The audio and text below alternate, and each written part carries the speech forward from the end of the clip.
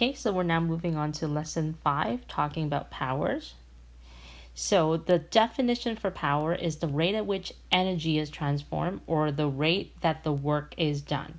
And the equation is power equals to change in energy, or power equals to work, all divided by the time, right? That's what the rate is. So basically, a power is thinking about like cars. Why would people buy like a Ferrari versus say a Honda Civic, right?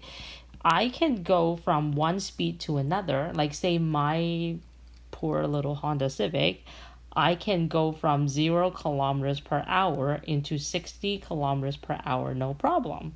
But why would this Ferrari be so much more expensive? It's because of the power.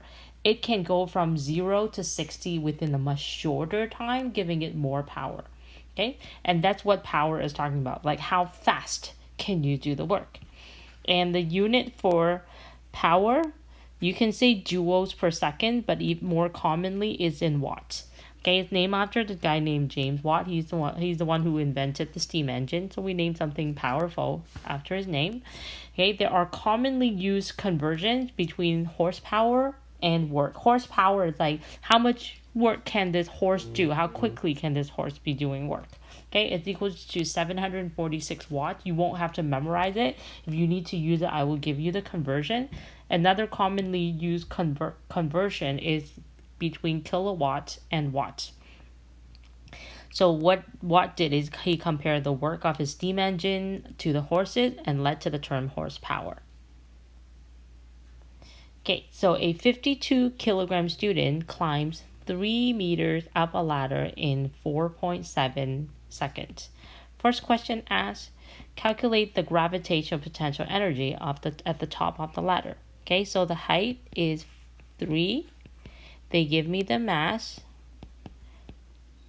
of 52 kilogram, and then they give me the time is 4.7, and they're asking you for part A to find out what is the gravitational potential energy.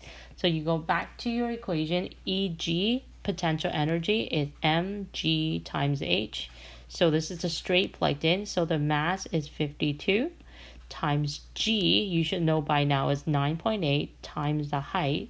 So punch it in the calculator. 52 times 9.8 times 3 equals 1528.8 joules.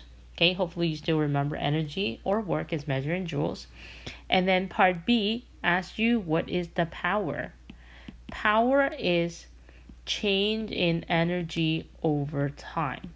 The change in energy in this case is I went from the height of 0. When it's height of 0, my EG original is 0. So change in energy would really just equals to the potential energy at the top minus the potential energy at the bottom, which was 0. So I'm going to put this is 1528.8 divided by the time, which is 4.7.